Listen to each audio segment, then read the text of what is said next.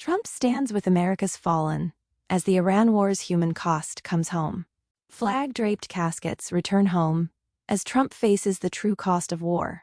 President Donald Trump has attended the dignified transfer of 4 American service members killed in Iranian attacks, standing at Dover Air Force Base as their flag-draped caskets returned to U.S. soil. It was a scene stripped of political theater. 4 fallen troops, grieving families, and a commander-in-chief confronting the most painful consequence of military power. The ceremony came at a decisive moment in the Iran war. U.S. service members have now been killed. More than 450 have been injured, and the direct financial cost has reached at least $37.5 billion. While public polling suggests that only 37% of Americans approve of U.S. strikes against Iran, Trump's challenge is no longer merely to demonstrate battlefield strength, but to persuade the country that the lives and money being committed are protecting America from a greater danger. 4 Americans brought home. First Lieutenant Tyler James Feehan, Sergeant Angel S. Rampersad, and Private Isabella Gonzalez were killed when an Iranian missile struck their barracks in Jordan. Sergeant Michael Emmanuel Swinton died separately in Iraq during the controlled detonation of a downed Iranian attack drone. Their deaths show the varied dangers facing American forces across the region. Troops are exposed not only to direct missile and drone attacks, but also to the hazardous work of intercepting, recovering, and neutralizing Iranian weapons after they fall. The dignified transfer is one of the most solemn ceremonies conducted by the United States military. The remains are moved with precision and silence, allowing the country to honor those killed while protecting the privacy and dignity of their families. For Trump, attending the transfer placed him at the center of the war's most personal moment. Presidents can authorize strikes from protected command centers, but Dover presents the result without distance: American families receiving sons, daughters, parents, and partners who will not return home alive. Trump accepts the burden of command. Trump has built much of his political identity around strength, deterrence, and an unwillingness to allow attacks on Americans to go unanswered. His presence at Dover was therefore more than ceremonial.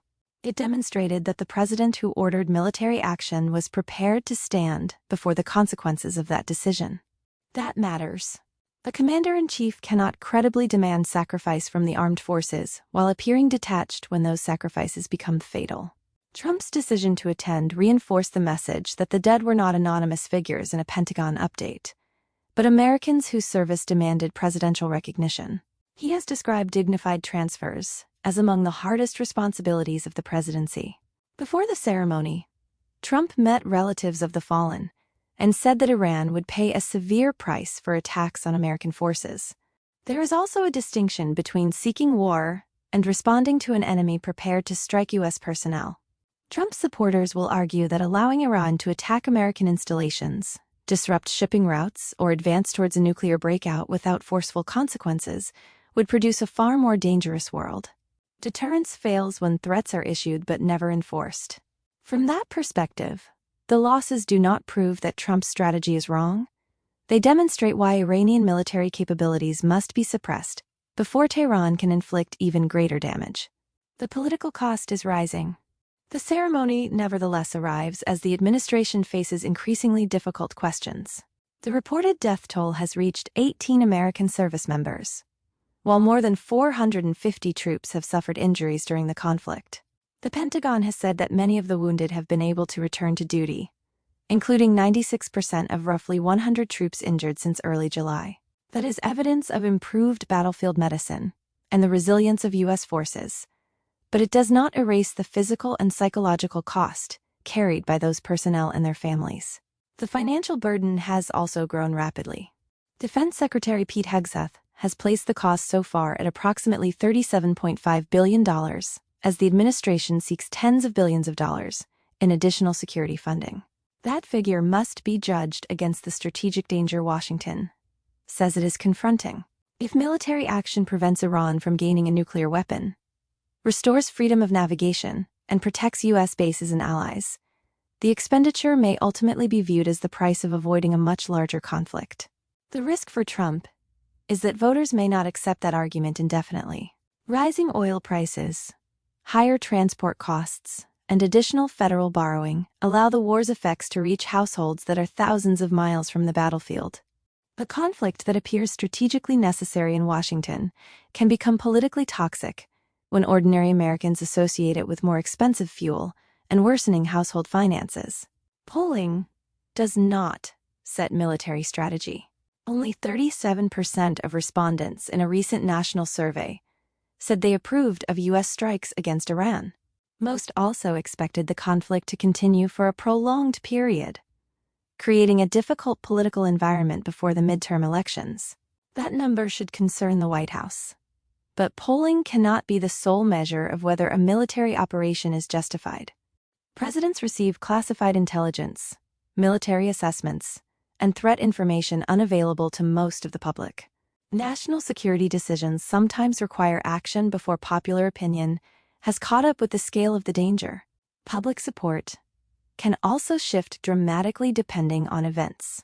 Americans may oppose an open-ended campaign while still supporting decisive retaliation after attacks on U.S. troops, ships, or allied territory.